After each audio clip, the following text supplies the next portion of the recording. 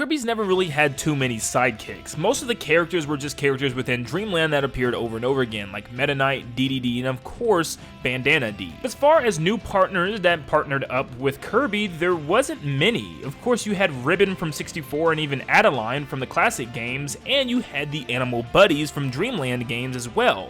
But for the most part, they kind of just were there and then disappeared in the future titles. We did see a lot of these characters make their triumphant return in Kirby Star Allies as DLC characters, an update that came to the game later on in different ways, adding different characters throughout the franchise, and we got to see the Animal Buddies, Adeline, everybody kind of back again for a reunion. But it wasn't really necessarily canon, I don't think. It's just kind of more of a space-time continuum multiverse clash that kind of happened as a DLC, so it's not really a main story element. My point is, we don't ever really see these Kirby characters again. We don't see Kirby's sidekicks ever return in future installments for a reason. Of course, the Animal Buddies did make one return in Dreamland 3 from Dreamland 2, but besides that, we never really seen anybody again. We probably won't see Susie again, we won't see Adeline again probably, or Ribbon, or any of the Animal Buddies again unless Nintendo decides to throw them back. If a character does make a return, it's normally for a fun side game or some type of side mode the way Magalore did to build that theme park for Kirby. In the same way the Squeak Squad showed up for a short amount of time in Mass Attack. Well, in Kirby in the Forgotten Land, we get a new character known as Elfilin, and we know that it's part of the life force that came in as the ultimate life form known as Fecto Elfilis, and it was able to split into and escape as the good version of the character. And we know at the end of the game, Elfilin sacrifices himself to close the bridge between Popstar and the Forgotten Land so both worlds wouldn't collide and evaporate. But we also know, literally like seconds later, Elfilin comes right back, which is just a weird scene. This was probably done in order to have Kirby and Elfilin join up again for the post-game, because Elfilin plays a pretty big role, and you get to see him finally come as a whole character, sucking in the last remains of Chaos Elfilis. So it kind of makes sense when you think about it. As much as the journey was for Leongar, it was just as much of a journey for Elfilin to come whole with this other part and finally, become a good creature like he always wanted to be. So at the actual end of the game, the very end, all the way to the end of the post-credits and the end of the Coliseum, we see that Elfilin is still a character in this universe. He's still with Kirby, and Kirby spends a lot of time in the Forgotten Land, and Elfilin has a very interesting power that probably allows them to see each other even more often, and maybe even in the future. Real quick guys, I'm partnering with Best Buy on the release of Mario Strikers Battle League, so if you guys are planning on picking up this game,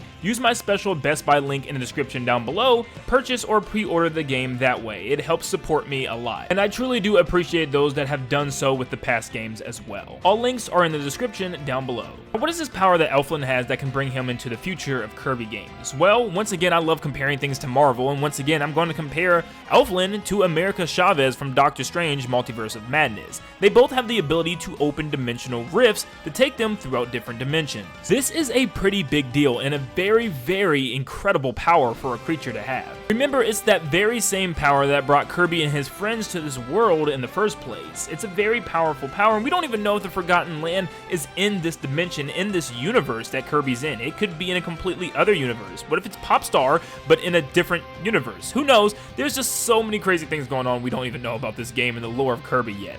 But my point is, Elfilin is able to travel pretty much probably the universe and all over different types of galaxies and worlds and lands and see all types of areas upon the world now. This shows that Elfilin could always return at any given moment, which is very exciting, but also it shows something that could be very interesting for the future titles of Kirby. Maybe instead of Elfilin just coming back in a side game or some type of side mode in the future, we actually see him being the main plot and reason to be coming back in the next story. What if his powers are wanted by somebody else out there? Once again, relating back to that Doctor Strange movie, what if someone's trying to hunt him for his dimensional teleportation travel ability? Don't forget, when Fecto Elfilis actually invaded, the people of the Forgotten Land were able to capture it within this lab, and then they tested on it for over 30 years and was able to come up with the dimensional technology to open up spatial rifts and travel to any land that they want. This is a super powerful ability, and it might be useful for Kirby in the future. Maybe he has to travel to different areas super quickly, and the only way to do so is use the rifts that are opened by Elfilin. In fact, Elfilin might just be a necessity for Kirby in the future. I think this might be the start to Elfilin. I can definitely see them coming back, and it's kind of the same situation for Mario Odyssey with Cappy. I think Cappy will return as well,